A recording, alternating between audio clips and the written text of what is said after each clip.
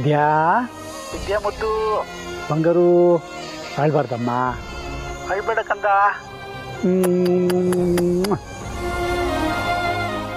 ನೀವು ಫೋನಲ್ಲಿ ಯಾರ್ದೋ ಜೊತೆ ವಿದ್ಯಾ ಮುದ್ದು ಬಂಗಾರ ಅಂತ ಮಾತಾಡ್ತಾ ಇದ್ರಿ. ಅದು ನನ್ನ ಫ್ರೆಂಡ್ ಮೊಮ್ಮಗಳ ಹೆಸರು ಕೂಡ ವಿದ್ಯಾ ಅಂತ. ಸಾರ್ಥಿ ಏನು ಮುಚ್ಚಿಡ್ತಾ ಇದ್ದಾರೆ? ಅಥವಾ ನಾನೇ ಏನಾದರೂ ಸಂಬಂಧ ಇಲ್ಲದೆ ಇರೋ ಎರಡು ವಿಷಯಗಳ ಮಧ್ಯೆ ಸಂಬಂಧ ಕಲ್ಪಿಸಿ ಅವ್ರ ಬಗ್ಗೆ ತಪ್ಪು ತಿಳ್ಕೊಳ್ತಾ ಇದ್ದೀನಾ? ಯಾಕೆಂದರೆ ಮಗು ವಿಷಯದಲ್ಲಿ ನಾನು ಸಾರ್ಥಿ ಬಗ್ಗೆ ಡೌಟ್ ಉಳಿಸ್ಕೊಂಡ್ರೆ ಆಗ ಪ್ರೀತು ಜನನಿ ಮಗು ಕಾಣೆ ಆಗಿರೋದ್ರ ಹಿಂದೆ ಅವರಿದ್ದಾರೆ ಅಂತ ಯೋಚನೆ ಮಾಡಿದ ಹಾಗೆ. ಛೇ, ಅರಸನ ಕೋಟೆಗೋಸ್ಕರ ಮಗಳ ಪ್ರಾಣನೇ ತ್ಯಾಗ ಮಾಡೋಕ್ಕೆ ಹೋದವ್ರ ಬಗ್ಗೆ ನಾನು ಈ ಥರ ಯೋಚನೆ ಮಾಡೋದು ಪಾಪ. ಪಾರ್ವತಿ ನಮ್ಮ ಮಗುಗೆ ಇಡಬೇಕು ಅಂತಿದ್ದ ಹೆಸರಿಂದ ಪ್ರೀತು ಜನನಿ ಮಗುನ ಯಾಕೆ ಕರೀತಾರೆ ಸಾರ್ಥಿನಾದರೂ? ನಿಜಕ್ಕೂ ಇದು ಅವ್ರ ಫ್ರೆಂಡ್ ಮೊಮ್ಮಗುನೇ ಇರಬೇಕು.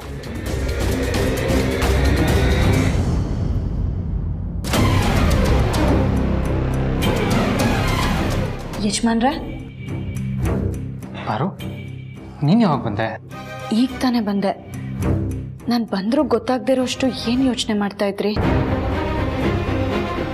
ಓ, ಮಗುನ ಎಲ್ಲೆಲ್ಲಿ ಹುಡ್ಕೋದು ಅಂತನಾ? ಸಾರ್ಥಿ ಬಗ್ಗೆ ಮಗು ವಿಷಯದಲ್ಲಿ ನನಗೆ ಈ ಥರ ಅನ್ನಿಸ್ತಿದೆ ಅಂತ ಬಾರು ಹತ್ರ ಶೇರ್ ಮಾಡ್ಕೊಳ್ಳ. ಬೇಡ, ಅವಳದನ್ನ ಖಂಡಿತ ಸಹಿಸ್ಕೊಳ್ಳಲ್ಲ. ಇನ್ನೂ ನೊಂದ್ಕೋಬೋದು. ನನಗೆ ಕನ್ಫರ್ಮ್ ಆಗದೆ ನಾನು ಪಾರ್ವತಿ ಹತ್ರ ಶೇರ್ ಮಾಡ್ಕೋಬಾರ್ದು. ಯಜಮಾನ್ರೆ, ನಿಮ್ಮನ್ನೇ ಕೇಳ್ತಾ ಇರೋದು. ಯಾವ ಚಿಂತೆಯಲ್ಲಿ ಮುಳುಗೋಗಿದ್ದೀರಾ? ಮಗುಗೆ ಸಂಬಂಧಪಟ್ಟಿದ್ದೇನಾದರೂ ಇದ್ರೆ ಹೇಳಿ. ನಾನು ಒಂದು ದ್ವಂದ್ವದಲ್ಲಿ ಸಿಕ್ಕಾಕೊಂಡಿದ್ದೀನಿ ಪಾರು. ಒಂದ್ಸಲ ಅನಿಸುತ್ತೆ ನಮ್ಮ ಮಗು ಕಾಣೆ ಆಗಿರೋದ್ರ ಹಿಂದೆ ಅನುಷ್ಕಾ ಇದ್ದಾಳೆ ಅಂತ. ಮತ್ತೆ ಒಂದ್ಸಲ ಅನಿಸುತ್ತೆ ನಮ್ಮ ಭಯಕ್ಕೆ ದೇಶ ಬಿಟ್ಟೋಗಿರೋ ಅನುಷ್ಕಾ ನಮ್ಮ ಮಗು ತಂಟೆಗೆ ಬರೋದಕ್ಕೆ ಸಾಧ್ಯ ಇಲ್ಲ, ಇದ್ರ ಹಿಂದೆ ಬೇರೆ ಯಾರೋ ಇದ್ದಾರೆ, ಅವ್ರು ಯಾರು ಅಂತ ಪತ್ತೆ ಮಾಡಬೇಕು ಅಂತ. ಒಂದು ಅನುಮಾನ ಶುರುವಾಗಿದೆ ಅಂದರೆ ಅದನ್ನು ಬುಡದ ಸಮೇತ ಕಿತ್ತಾಕ್ಬೇಕು ಯಜಮಾನ್ರೆ. ಅಂದರೆ ಅದರ ಸತ್ಯತೆನ ಪೂರ್ತಿಯಾಗಿ ತಿಳ್ಕೋಬೇಕು. ಅನುಷ್ಕಾನೇ ಮಗುನ ಕದ್ದಿರ್ಬೋದು ಅಂತ ನಮ್ಮೆಲ್ರಿಗೂ ಬಲವಾದ ಅನುಮಾನ ಇದೆ. ಹೀಗಿರೋವಾಗ ನಾವು ಅದ್ರ ಕಡೆ ಗಮನ ಕೊಡಬೇಕು. ಅದ್ರ ಜೊತೆಗೆ ಮಿಕ್ಕ ಎಲ್ಲ ಕಡೆಗೂ ಹುಡ್ಕೋ ಪ್ರಯತ್ನ ಮಾಡಬೇಕು. ನೀನು ಹೇಳಿದ ಕರೆಕ್ಟ್ ಪಾರು. ಒಂದ್ಸಲ ಅನುಮಾನ ಶುರುವಾಗಿದೆ ಅಂದರೆ ನಾವು ಅದನ್ನು ಬುಡದ ಸಮೇತ ಕಿತ್ತಾಕಬೇಕು. ಅದ್ರ ಸತ್ಯತೆನ ಪೂರ್ತಿಯಾಗಿ ತಿಳ್ಕೋಬೇಕು. ಸರಿ ಯಜಮಾನ್ರೆ, ನಾನು ಹೋಗಿ ಅಪ್ಪಂಗೆ ಕಾಫಿ ಮಾಡಿಕೊಡ್ತೀನಿ. ಯಜಮಾನ್ರೆ, ಇವತ್ತಾದರೂ ಮಗು ಸಿಗುತ್ತಲ್ವಾ? ನಾವೆಲ್ಲರೂ ನಮ್ಮ ಕೈಲಾದ ಪ್ರಯತ್ನ ಮಾಡ್ತಿದ್ದೀವಲ್ವ ಪಾರು. ಸಿಗುತ್ತೆ ಅನ್ನೋ ನಮಗೆಲ್ಲ ಗಂಟು ಬೇಡ.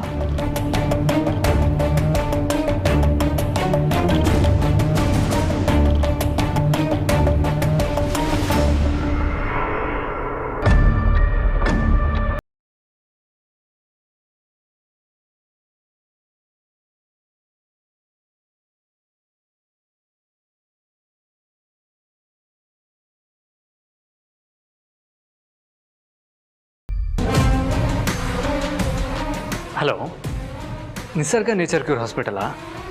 ಓಕೆ, ನಾನು ಆದಿತ್ಯ ಅಂತ. ಆ್ಯಕ್ಚುಲಿ ಒಂದು 2 ದಿನದ ಮುಂಚೆ ಹನುಮಂತು ಅಂತ ಒಬ್ಬರು ಪೇಷಂಟ್ ಅಲ್ಲಿಗೆ ಬಂದಿದ್ದರು.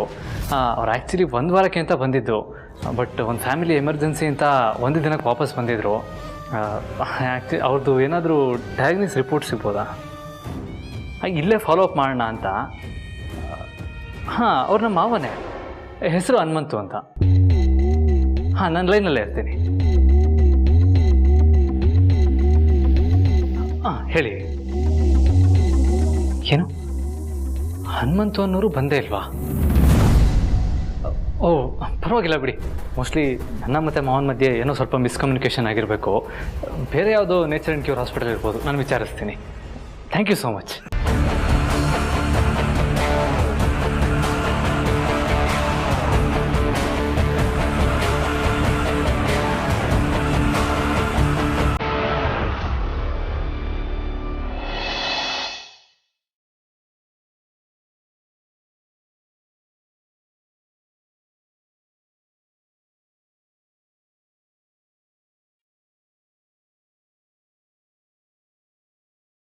ಕರ್ಕೊಂಡು ಹೋದಾಗಿಂದ ನನ್ನ ಮೊಮ್ಮಗುನ ಶೀತದ ನೆಲದ ಮೇಲೆ ಮಲಗಿಸ್ತಿದ್ದೀನಿ. ತೊಟ್ಲು ತೊಗೊಂಡು ಹೋದರೆ ಇದರಲ್ಲಿ ಬೆಚ್ಚಗೆ ಮಲಗುತ್ತೆ ಪಾಪ. ಹಾಗೆ ಇದ್ರ ಜೊತೆಗೆ ದಾಮಿನಿ ಮೇಡಮ್ ಹೇಳಿದ ಹಾಗೆ ಪಾರ್ವತಿದು ಒಂದೆರಡು ಸೀರೆಗಳನ್ನು ತೊಗೊಂಡು ಹೋಗಬೇಕು. ಮಗುಗೆ ಅವರ ಅಮ್ಮನ ಸ್ಪರ್ಶ ಈ ರೀತಿನಲ್ಲಾದರೂ ಸಿಗಲಿ.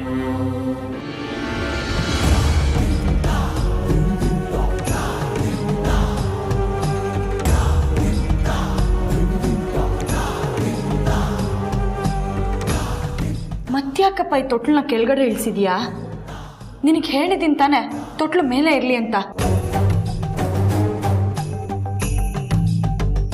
ಮೊದಲೇ ನಾವೆಲ್ಲರೂ ಮಗು ಕಾಣ್ತಾ ಇಲ್ಲ ಅಂತ ಆತಂಕದಲ್ಲಿದ್ದೀವಿ.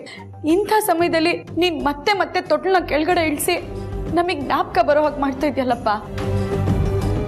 ಸಾತಿ, ಮೊನ್ನೆ ಇನ್ನೂ ಹೇಳಿದ್ವಿ ತಾನೆ ಈ ತೊಟ್ಲನ್ನ ಜನನಿ ಮಗು ಕೊಡೋದು ಬೇಡ ಅಂತ. ಮತ್ತ್ಯಾಕೆ ತೆಗ್ದಿದ್ದೀರಾ? ಅದು ನಮ್ಮ ಸ್ನೇಹಿತನ ಮೊಮ್ಮಗುಗೆ.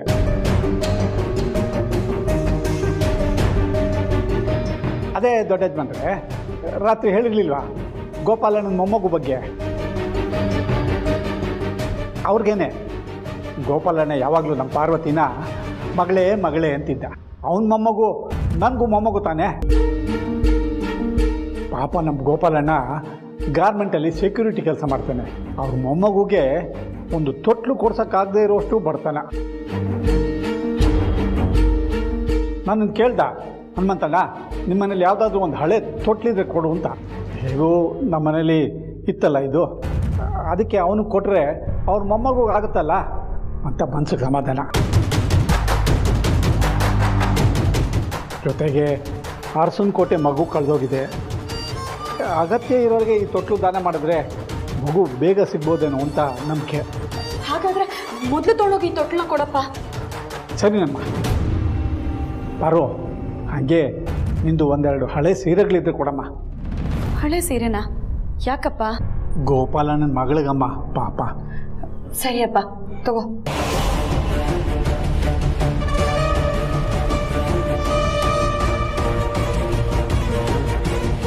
ಆದಷ್ಟು ಬೇಗ ಇಲ್ಲಿಂದ ಇದನ್ನೆಲ್ಲ ತೊಗೊಂಡು ಹೊರಟು ಬಿಡಬೇಕು.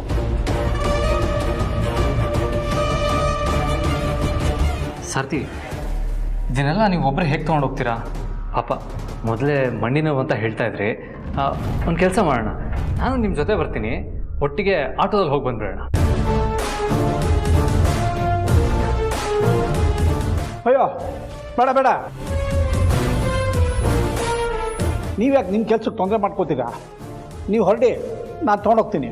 ಸಾತಿ, ನಮ್ಮ ಮನೇಲಿ ಮಗು ಕಳೆದು ಹೋಗಿದೆ. ನಾನೇ ಕೇಳ್ತಕ್ಕೆ ಹೋಗೋದಕ್ಕಾಗತ್ತೆ? ಮಗು ಹುಡ್ಕೋದಕ್ಕೆ ತಾನೇ ಹೋಗಬೇಕು. ಅಯ್ಯೋ, ನಾನು ಅದನ್ನೇ ಹೇಳಿದ್ದು, ಮಗುನ ಹುಡ್ಕೋದಕ್ಕೆ ಹೊರಡಿ ಅಂತ. ನಾನು ಬಂದಾಗಲಿಂದ ಅಖಿಲಮ್ಮನ ಮಾತಾಡಿಸಿಲ್ಲ. ನಾನು ಅಖಿಲಮ್ಮನ ಮಾತಾಡಿಸ್ಬಿಟ್ಟು ಸಂಜೆ ಮೇಲೆ ತೊಟ್ಟು ತೊಗೊಂಡೋಗ್ತೀನಿ, ನೀವು ಹೊರಡಿ. ಸರಿ, ನೀವು ಈ ತೊಟ್ಲನ್ನ ಮಗುಗೆ ತಲುಪಿಸೋದ್ರ ಕಡೆ ಗಮನ ಕೊಡಿ.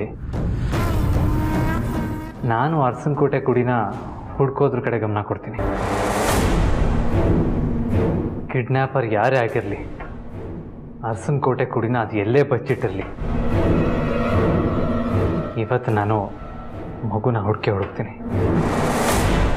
ಅರಸನಕೋಟೆ ಗೇಟ್ ಒಳಗೆ ಕರ್ಕೊಂಡು ಬಂದೇ ಬರ್ತೀನಿ. ಇದು ನನಗೆ ನಾನು ಹಾಕೊಳ್ತಾ ಇರೋ ಚಾಲೆಂಜ್.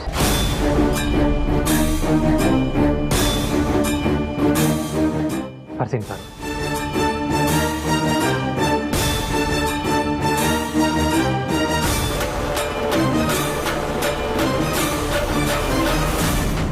ಅಪ್ಪ, ನೀನು ಹೇಳಿದ್ದೆಲ್ಲ ನಿಜ ತಾನೆ?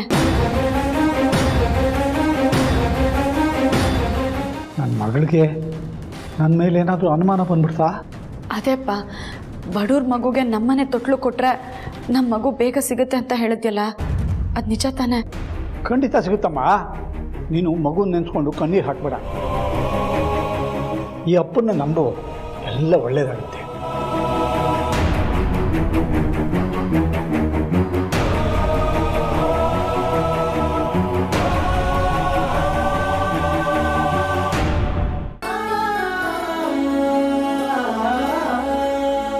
ಪುಟ್ಟಿ, ನಿಮ್ಮ ತಾತ ಬೆಳಗ್ಗೆನೇ ಬರ್ತೀನಿ ಅಂದವರು ಇನ್ನೂ ಸುದ್ದಿನೇ ಇಲ್ವಲ್ಲ? ಇರು, ನಿಮ್ಮ ತಾತನಿಗೊಂದು ಫೋನ್ ಮಾಡ್ತೀನಿ. ಅರೆ, ನನ್ನ ಗಂಡ ಮೋಹನ್ ಯಾಕೆ ಫೋನ್ ಮಾಡ್ತಿದ್ದಾರೆ? ಹಲೋ ದಮೋ, ಎಲ್ಲಿದೆಯೇ? ನನ್ನ ಫ್ರೆಂಡ್ ಮನೇಲಿ. ನನ್ನ ಫ್ರೆಂಡ್ ಮಗು ಹುಷಾರಿಲ್ಲ ಅಂತ ನಿಮಗೂ ಹೇಳ್ಬಿಟ್ಟೆ ತಾನೇ ಬಂದೆ. ಹಾ ಹೌದು, ಆದರೂ ಎಲ್ಲಿದ್ದೀನಿ ಅಂತ ಕೇಳಕ್ಕೆ ಫೋನ್ ಮಾಡಿದ್ದು? ಇಲ್ಲ ದಮೋ, ಸಾರಿ ಕೇಳಕ್ಕೆ ಕಣೆ. I am very sorry Damo. ಸಾರಿನಾ? ದಮೋ, ನಿನ್ ಮೇಲೆ ಕೋಪ ಬಂದಾಗ ಮನೆ ಬಿಟ್ಟು ತೊಲಗು ಅಂತ ಎಷ್ಟೋ ಸಲ ಸುಲಭವಾಗಿ ಹೇಳ್ಬಿಟ್ಟಿದ್ದೀನಿ. ಆದ್ರೆ ಈಗ ಒಂದ್ ರಾತ್ರಿ ನೀನ್ ಕಣ್ಮುಂದೆ ಕಾಣಿಸ್ತಿಲ್ಲ ಅಂದ್ರೆ ಇಡೀ ಮನೆನೇ ಖಾಲಿ ಖಾಲಿ ಅನ್ಸ್ಬಿಡ್ತು ಕಣೆ. ಐ ಆಮ್ ವೆರಿ ಸಾರಿ ಕಣೆ. I miss you so much.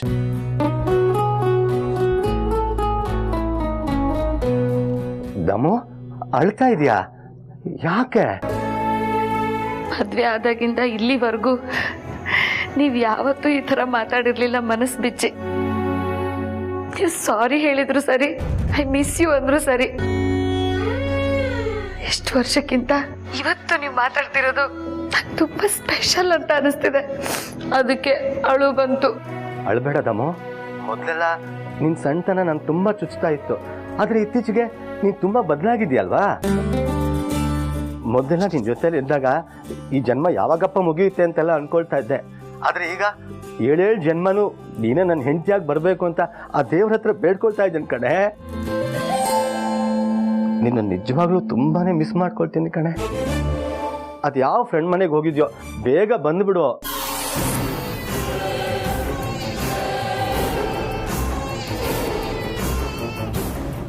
ಯಾರ ಮಗೋದು? ನಮ್ ಪಾರ್ವತಿದು. ಪಾರ್ವತಿದ? ಅದು ನನ್ನ ಫ್ರೆಂಡ್ ಹೆಸರು ಪಾರ್ವತಮ್ಮ. ಅವ್ರ 3ನೇ ಮಗಳಿಗೆ ತಾನೇ ಹುಷಾರಿಲ್ಲ ಅಂತ ನಾನು ಬಂದಿರೋದು. ಮಗು ಹುಷಾರಿಲ್ಲ, ಏನು ಇವಳು ಗಂಡನ ಜೊತೆ ಪಟ್ಟಂಗ ಹೊಡಿತಿದ್ದಾಳಂತ ಎಲ್ಲರೂ ನನ್ನನ್ನೇ ಗುರಾಯಿಸ್ತಿದ್ದಾರೆ. ನನ್ನ ಗಂಡ ಮೋಹನ್, ನಾನು ಆಮೇಲೆ ಫೋನ್ ಮಾಡ್ಲಾ? ಸರಿ ದಮ್ಮ, ಬೇಗ ಬಂದ್ಬಿಡು. ಐ ಮಿಸ್ ಯು ರೀ.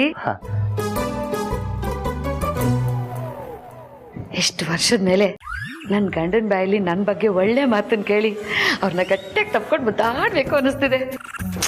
ಆದ್ರೆ ಏನು ಮಾಡಲಿ, ಈ ಹನುಮಂತು ಇನ್ನೂ ಬಂದಿಲ್ಲ.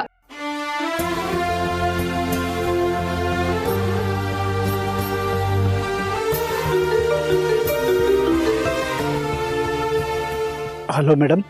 ಹನುಮಂತು, ನನ್ಗೇನ್ ಮನೇಲಿ ಹೇಳೋರು ಕೇಳೋರು ಯಾರು ಇಲ್ಲ ಅಂತ ಅನ್ಕೊಂಡಿದ್ಯಾ? ನಾನಿವಾಗ ಬೇಗ ಹೋದ್ರೆ ತಾನೇ ಮತ್ತೆ ನಾನು ವಾಪಸ್ ಬರೋಕ್ಕಾಗೋದು. ನಾನು ಆಗ್ಲೇ ತೊಟ್ಲು ತೊಗೊಂಡು ಹೊರಟೆ ಮೇಡಮ್. ಆದರೆ ದೊಡ್ಡ ಯಜಮಾನರು ಪ್ರಶ್ನೆಗಳ ಮೇಲೆ ಪ್ರಶ್ನೆ ಕೇಳೋಕ್ಕೆ ಶುರು ಮಾಡಿದ್ರು.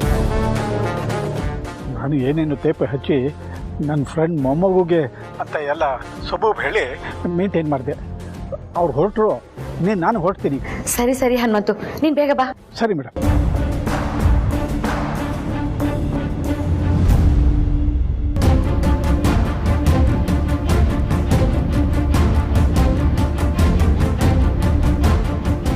ಯಾರ ಹತ್ರ ಮಾತಾಡ್ತಿದ್ದೆಪ್ಪ? ಇದು ನನ್ನ ಫ್ರೆಂಡ್ ಜೊತೆನಮ್ಮ. ತೊಟ್ಲು ತೊಗೊಂಡ್ಬರೋದಕ್ಕೆ ಇನ್ನೂ ಎಷ್ಟೊತ್ತಾಗುತ್ತೆ ಅಂತ ಕೇಳ್ತಿದ್ದ. ಇನ್ನೇನು ಬರ್ತಿದ್ದೀನಿ ಅಂತ ಹೇಳ್ತಿದ್ದೆ. ಮತ್ತೆ ಮೇಡಮ್ ಅಂತ ಹೇಳ್ದಾಗಿತ್ತು?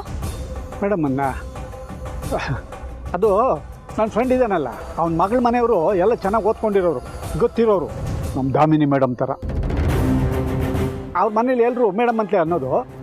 ನಾನು ದಾಮಿನಿ ಅಮ್ಮವ್ರಿಗೆ ಮೇಡಮ್ ಅಂತ ಅಂತೀನಲ್ಲ, ಹಾಗೆ ಅವರೇ ಫೋನ್ ಮಾಡಿದ್ದು. ಇನ್ನೂ ಎಷ್ಟೊತ್ತಾಗುತ್ತೆ ತೊಟ್ಲು ತರಕ್ಕೆ ಅಂತ ಕೇಳಿದ್ರು. ಸರಿನಮ್ಮ, ನಿನ್ನ ಹತ್ರ ಮಾತಾಡ್ತಾ ನಿಂತರೆ ಒಂದು ಟೈಮ್ ಆಗಿಬಿಡುತ್ತೆ. ಇನ್ನೂ ಆಟೋ ಬೇರೆ ಹಿಡಿಬೇಕು. ಅಲ್ಲಪ್ಪ, ಅಷ್ಟು ಹೊತ್ತಾಗಿದ್ರೆ ಯಜಮಾನ್ರು ಕರೆದಾಗಲೇ ಅವ್ರ ಜೊತೆ ಆಟೋಲ್ಲಿ ಹೋಗ್ಬೋದಿತ್ತು ತಾನೆ. ನಾನು ಅತ್ತೆಯಮ್ಮನ ನೋಡಿಕೊಂಡು ಸಂಜೆ ಹೋಗ್ತೀನಿ ಅಂತ ಹೇಳಿದೆ. ಆದರೆ ಪಾಪ ಇವರು ಅರ್ಜೆಂಟು ಅಂತ ನಂಗೆ ಫೋನ್ ಮಾಡಿದ್ರಲ್ಲ, ಅದಕ್ಕೆ ಈಗಲೇ ಹೊರಡ್ತೀನಿ. ನೀನೇ ನಮ್ಮ ಒಳ್ಳೆ ನನ್ನ ಮಕ್ಳ ಕಳ್ಳನ ಥರ ನೋಡ್ತಿದ್ದೀಯಲ್ಲ. ಅಯ್ಯೋ ಅಪ್ಪ, ದಯವಿಟ್ಟು ಹಾಗೆಲ್ಲ ತಪ್ಪು ತಿಳ್ಕೊಬೇಡ. ನಿನ್ನ ವಿಚಾರದಲ್ಲಿ ನಾನು ಆ ರೀತಿಯೆಲ್ಲ ಯೋಚನೆ ಮಾಡೋದಕ್ಕಾಗುತ್ತಾ? ಏನೋ ಹಾಗೆ ಅನ್ನಿಸ್ತು ಅಂತ ಕೇಳಿದೆ ಅಷ್ಟೆ. ತಪ್ಪು ತಿಳ್ಕೊಬೇಡ. ಸರಿ, ಹೊರಡು.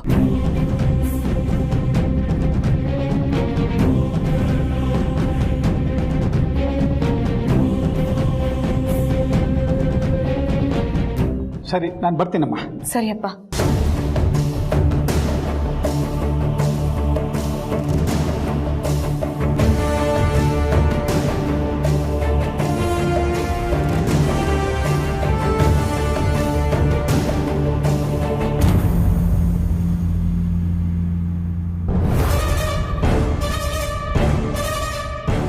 ಊರಾಚೆ ಇರೋ ಶಿವನ ದೇವಸ್ಥಾನಕ್ಕೆ ನಡಿಯಪ್ಪ. ಹಾಂ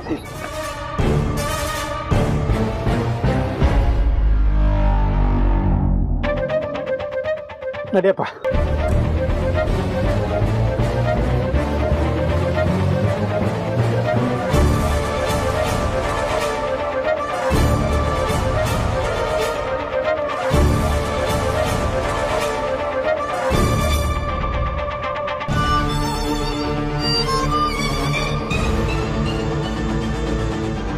ಸಾರ್ತಿನೇ ಜನನಿ ಮಗುನ ತಗೊಂಡೋಗಿರ್ಬೋದು ಅನ್ನೋದು ಅವ್ರ ಪ್ರತಿ ನಡವಳಿಕೆಲೂ ಸ್ಟ್ರಾಂಗ್ ಆಗ್ತಾ ಇದೆಯಲ್ಲ.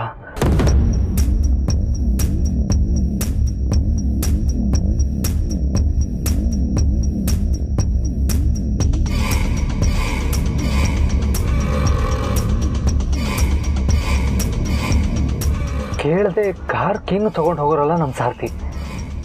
ಅಂಥದ್ರಲ್ಲಿ ಪ್ರೀತು ಜನನಿ ಮಗುನ ಯಾರಿಗೂ ಹೇಳ್ದೆ ಕೇಳದೆ ಹೇಗೆ ಎತ್ಕೊಂಡು ಹೋಗೋದಕ್ಕೆ ಸಾಧ್ಯ? ಹೇಗೆ ಮುಚ್ಚಿಡೋದಕ್ಕೆ ಸಾಧ್ಯ? ಕಾರಣನಾದ್ರೂ ಬೇಕಲ್ವಾ?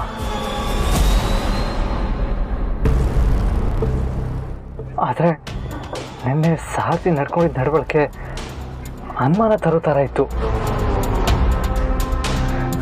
ದೇವ್ರೆ, ನಾನೇ ನಿನ್ನ ಹತ್ರ ಬೇಡ್ಕೊಳ್ತೀನಿ, ದಯವಿಟ್ಟು ಸಾರ್ತಿ ಅಂತ ದೊಡ್ಡ ತಪ್ಪು ಮಾಡದೇ ಇರಲಿ, ನನ್ನ ಅನುಮಾನ ಸುಳ್ಳಾಗಲಿ.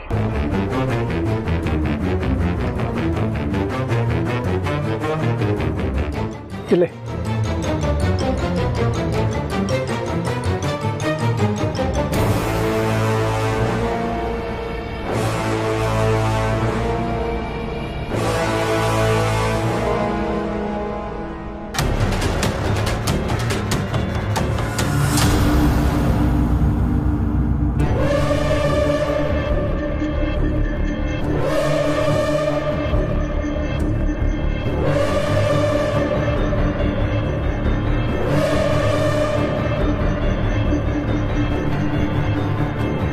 ಸಾರ್ತಿ ಈ ಕಡೆನೇ ಬಂದ್ರಲ್ಲ, ಯಾವ ಕಡೆ ಹೋದ್ರು?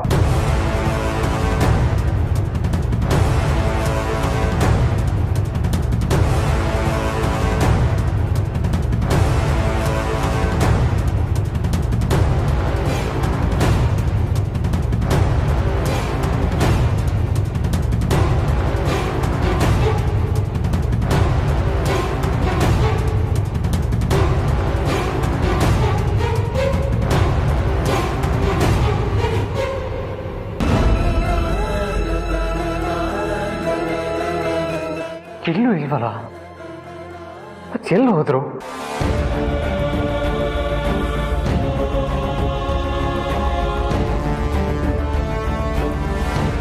ದೇವ್ರೆ, ಸಾರ್ತಿನ ನಮ್ಮಪ್ಪನಷ್ಟೇ ನಾನು ಚಿಕ್ಕ ವಯಸ್ಸಿಂದ ಗೌರವಿಸ್ತಾ ಪ್ರೀತಿಸ್ತಾ ಬಂದಿದ್ದೀನಿ. ಆದರೆ ಈಗ ಸಾರ್ತಿನೇ ನಮ್ಮ ಮನೆ ಮಗುನ ಕರ್ಕೊಂಡು ಬಂದಿರ್ಬೋದಾ ಅನ್ನೋ ಅನುಮಾನ ಶುರುವಾಗಿದೆ. ಆ ಅನುಮಾನ ಸುಳ್ಳಾಗಲಿ ಅನ್ನೋದೇ ನನ್ನ ಆಸೆ. ಆ ಅನುಮಾನ ಸುಳ್ಳಾಗಿದ್ರು ಸಾರ್ತಿ ಮೂಲಕನೇ ನನಗೆ ಅರ್ಥ ಮಾಡಿಸು. ನಿಜ ಆಗಿದ್ರು ಕೂಡ ಆಗ ನನಗೆ ನನ್ನ ಮುಂದಿನ ನಿರ್ಧಾರ ತಗೊಳ್ಳೋದಕ್ಕೆ ಅನುಕೂಲ ಆಗುತ್ತೆ. ಹನುಮಂತು, ನಿನ್ನ ಮೊಮ್ಮಗಳಿಗೆ ತೊಟ್ಲಂತೂ ಕಟ್ಟಿದ್ದಾಯ್ತು. ಇನ್ನು ಒಳ್ಳೆ ನಿದ್ದೆ ಮಾಡ್ತಾಳೆ ಅವಳು. ಸರಿ, ನಾನಿನ್ ಬರ್ತೀನಿ. ನೋಡು ಪುಟ್ಟಜಿಗೆ ತಾಟ ಮಾಡು, ತಾಟ ಮಾಡು. ಪುಟ್ಟಿ, ಬರ್ತೀನಿ ಕಣೆ.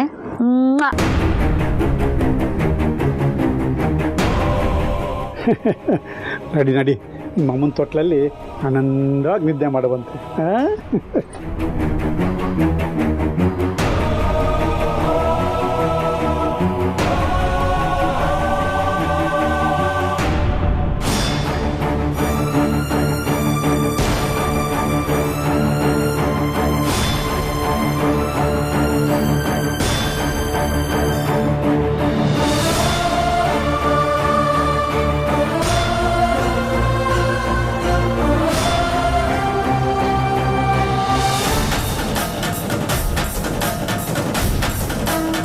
ದಾಮಿನಿ ಚಿಕ್ಕಮ್ಮ ಇಲ್ಲೇ ಯಾಕೆ ಹೋಗ್ತಾ ಇದ್ದಾರೆ? ಮನೆಯಲ್ಲಿ ನನ್ನ ಫ್ರೆಂಡ್ ಮಗು ಹುಷಾರಿಲ್ಲ, ಹೋಗಿ ಬರ್ತೀನಿ ಅಂತ ಹೇಳಿ ಬಂದ್ರಲ್ಲ. ಇಲ್ಲಿ ಯಾವ ಫ್ರೆಂಡ್ ಮನೆ ಇದೆ? ಅಥವಾ ದೇವಸ್ಥಾನಕ್ಕೆ ಬಂದಿದ್ರಾ? ಅವ್ರು ದೇವಸ್ಥಾನಕ್ಕೆ ಬಂದಿರೋದಾದ್ರೆ ಗರ್ಭಗುಡಿ ಇಲ್ಲಿದೆಯಲ್ಲ, ನಾನಿವಾಗ ಅಲ್ಲಿಂದನೇ ಬಂದೆ. ಚಿಕ್ಕಮ್ಮ ನೋಡಿದ್ರೆ ದೇವಸ್ಥಾನದ ಹಿಂದಿಂದ ಬರ್ತಾ ಇದ್ರಲ್ಲ. ಇಲ್ಲ, ಚಿಕ್ಕಮ್ಮ ಇಲ್ಲೇನು ಮಾಡ್ತಾ ಇದ್ರು, ಸಾರ್ಥಿ ಎಲ್ಲಿ ಹೋಗಿದ್ದಾರೆ ಅನ್ನೋದನ್ನ ಪತ್ತೆ ಹಚ್ಚಲೇಬೇಕು.